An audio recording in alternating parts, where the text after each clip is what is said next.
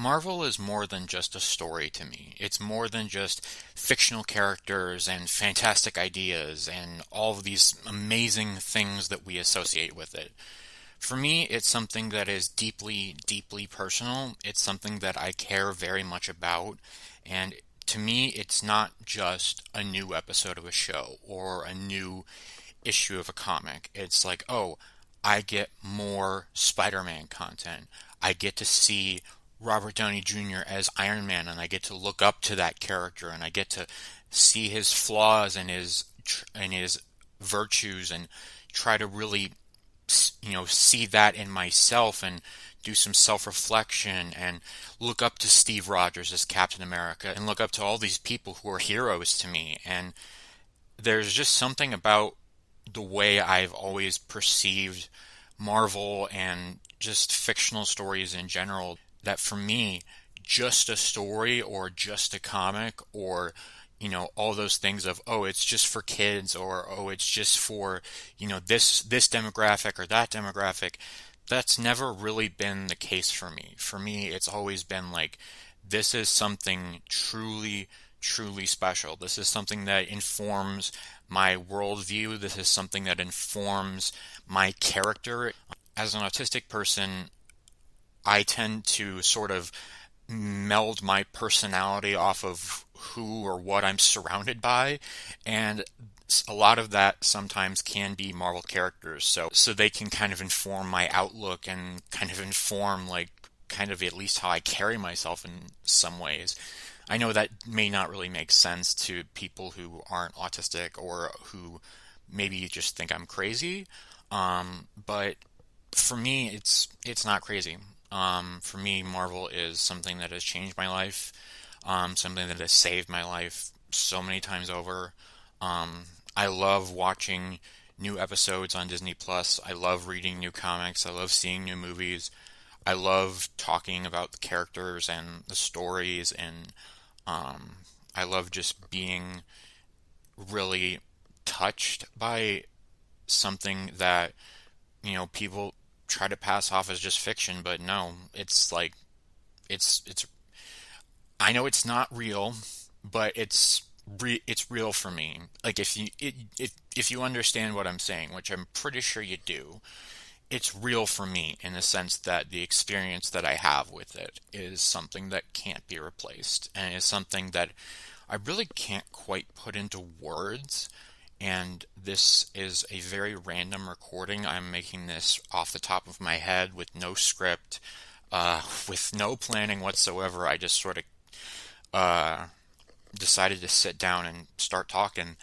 And I think it's fitting on this first day of 2025 for me to just really celebrate something that is so special to me, and something that has been so special to me for the better part of 2 decades, and something that will continue to be so special to me for as long as I can imagine.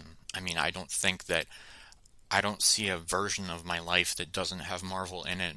I don't see a version of my life where you know, I don't look up to Tony Stark, Steve Rogers, Peter Parker, all these characters, where I'm not eternally grateful for the work that people like Andrew Garfield, Robert Downey Jr., Chris Hemsworth, Charlie Cox, just Scarlett Johansson, the work that all these amazing people do, Stan Lee, Jack Kirby, Steve Ditko, Kevin Feige, just all of that is really, really special to me.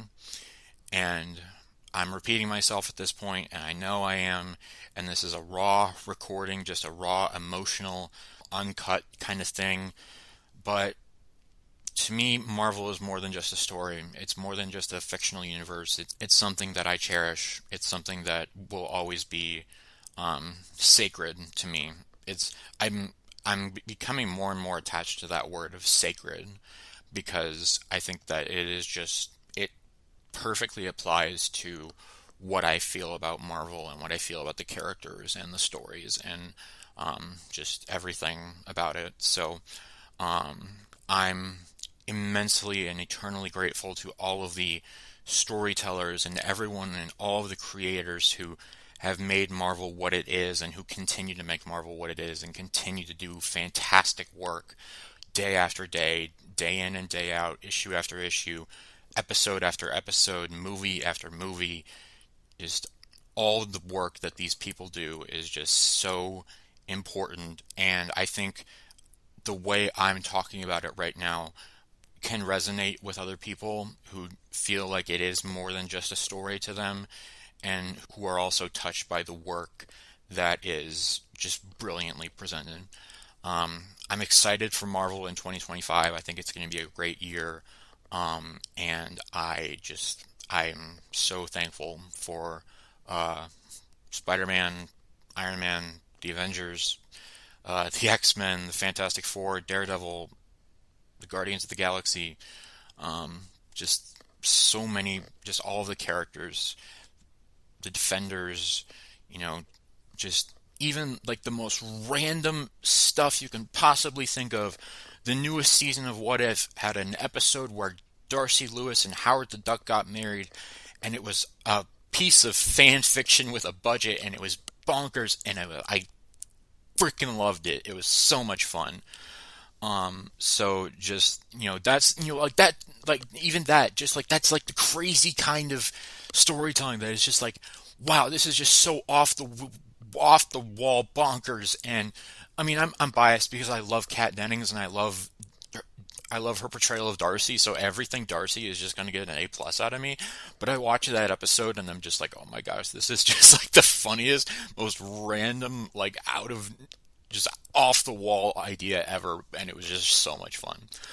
Um, but Spider-Man lifting the rubble, the Avengers forming for the first time, you know, characters who don't belong in a room together having to work together, characters who would never get along, and characters who clash and fight, and characters who learn to see the good and the bad in not only themselves but in others. And just thank you, Stan Lee. Thank you, Jack Kirby, Steve Ditko, Bill Everett, uh, just Larry Lieber, Joe Simon, Kevin Feige, everyone I can think of. Just thank you so much for Marvel, and thank you so much to Marvel for just being so special to me and being what I need and being what um, and is something that I'm going to continue to need.